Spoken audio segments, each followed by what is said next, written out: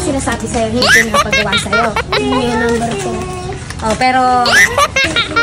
Halo mga mami, sabang namamalansya nga ako, bigla ngang may tumawag sa akin, pero pagkalabas ko nga, nandito na pala sa labas yung daddy ni Kyle. Nagulat nga ako, paano ba naman kasi meron nga talaga ditong malaking box na dala-dala yung daddy ni Kyle. Grabe na lang talaga yung titig sa akin yan, Diyos ko po.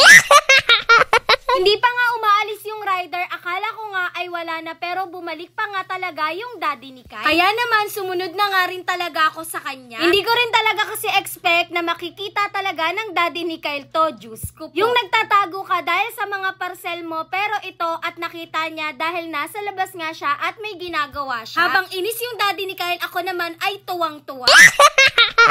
Hindi rin naman talaga para sa akin to dahil itong malaking box nga na to ay para kay Kyle. Tapos yung maliit na box naman ay para nga dito sa bahay. Sakto nga pagkasundo nga namin kay Kyle galing sa school, may dumating nga ulit sa aking parcel. Bala ko pa nga dito na itago na lang to. Paano ba naman kasi magagalit na nga talaga sa akin yung daddy ni Kyle, Diyos ko. Pero para nga din talaga kay Kyle to kaya wala siyang choice.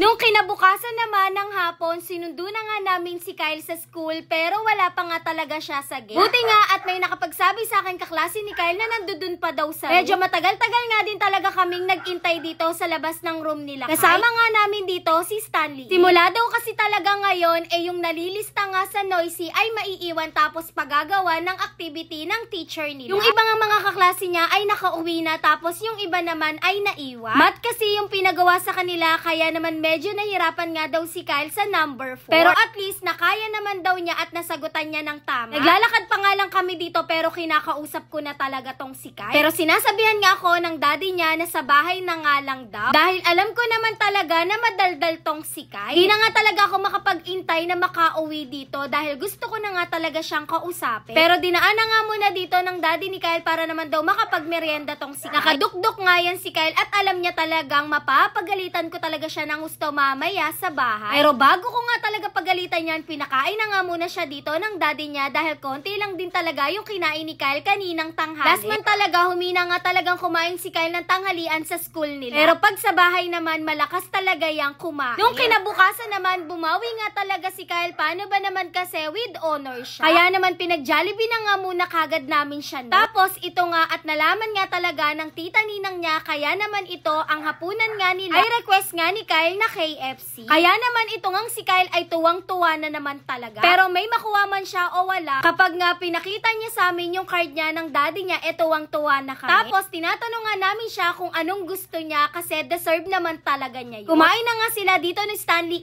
tapos pagkatapos nga nilang kumain, ito na nga at pinaliguan ko na nga si Kyle. May assignment nga daw siya, kaya naman ito tinignan na nga niya lahat ng notebook niya dito. Dalawa nga lang daw yung assignment niya at kaya naman na daw niyang gawin lahat yon, pero chine-check pa rin talaga niya to isa-isa. Nakakatuwa nga lang, paano ba naman kasi simula nga nung hindi na nag-tutor si Kyle, siya na talaga yung gumagawa ng mga homework niya. Ano ba naman kasi sinasabi ko nga sa kanya na kailangan siya na talaga yung gumagawa niya. Pero pag may tanong naman tong si Kyle, sinasagot namin ng daddy niya. Alam kong pagod na nga din tong si Kyle, kaya naman inayos ko na nga din dito yung mga notebooks niya na hindi niya nagagamit. Kahit sa hapon nga, pagdating ni Kyle dito sa bahay, inaayos niya na yung gamit. Pero dino-double check ko pa rin talaga yan. Yun lang. Thanks for watching. Bye-bye!